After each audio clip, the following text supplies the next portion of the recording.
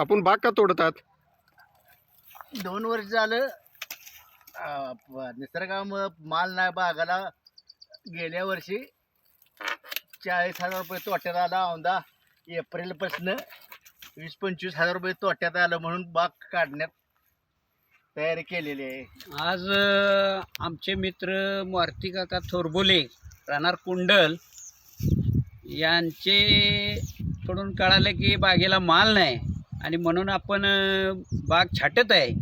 अशा परिस्थितीमध्ये 7-8 वर्ष वयाच्या बागेमध्ये माल नसल्या कारणानं तो शेतकरी गेल्या वर्षी माल नाही, यंदा माल नाही. अशा परिस्थितीमध्ये वैतागून आमचे मित्र मारुती काका आज बाग तोडायला लागलेत. म्हणून त्यांच्या बागेत आपण आमचे मित्र पत्रकार सचिन लडगे आणि मी महाराष्ट्र राज्य किसान सभा CPIMचे कार्यकर्ते कॉम्रेड अर्जुन जाधव आम्ही या बागेमध्ये भेट देत आहोत. खरं तर या अतिवृष्टीमुळे आणि सर्वच बाबतीमध्ये शेतकरी एवढा मेटाकुटीला आलेला आहे. शेतकऱ्याला कोण वाली राहिलेलं नाही. शेतकऱ्याचा खर्च आणि उत्पादन याचा कुठं मेळ बसणं झालेला आहे. निविष्ठांचे दर वाढलेले आहेत, खतांचे दर वाढलेले आहेत, औषधांचे दर वाढलेले आहेत, पण शेतीमालाला कुठं काय त्याचा ताळमेळ खर्च आणि उत्पन्नाचा बसणं झाला आहे. सर्वच आघाड्यावरचा शेतकरी या सगळ्या परिस्थितीमुळं, शासनाच्या चुकीच्या धोरणामुळं आणि निसर्गाच्या अवकृपेमुळं शेतकरी पाक असा म्हणजे खचून गेलेला आहे. त्याचं जगणं मरणं अवघड झालेलं आहे. मित्रांनो, ही 7 वर्षाची बाग आहे. याला कुठेही एक पंच दिसत नाही. साधारणपणे 8व्या-9व्या दिवसामध्ये पंचेस दिसत असतात. इथं कुठेही पंच दिसत नाही. याचे गेल्या वर्षीचं सुद्धा माल कमी बसला होता, कारण सातत्यानं या 2 वर्षामध्ये पावसाचं प्रमाण वाढलेलं आहे.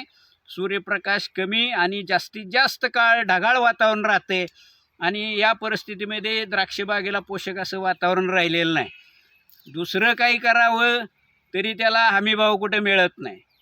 भाजीपाला करा, माळवं करा, त्याचे सगळ्याचे दर म्हणजे त्या दलालांच्या हातामध्ये आहेत.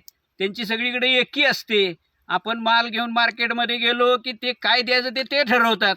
पण इथं आम्ही ते माल पिकवत असताना त्याच्यामध्ये काम करायला येणारा मजूर आम्हाला एवढे पैसे होणार म्हणून सांगतो. त्याच्यासाठी खत नाही गेलं की दुकानदार त्याची लागवडीचे एवढे पैसे होणार म्हणून सांगतो, औषधाचे एवढे पैसे म्हणून सांगतो. पण शेतकऱ्यानं रक्ताचं पाणी करून कष्ट करून पिकवलेल्या पिकाला कुठल्याही परिस्थितीमध्ये त्याचा उत्पन्न खर्च आणि उत्पन्न याचा ताळमेळ बसत नाही.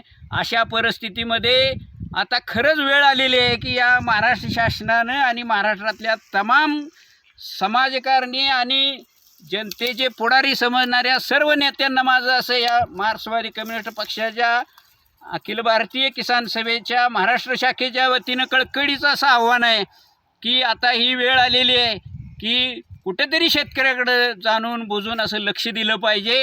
ही परिस्थिती बदलणं गरजेचं आहे.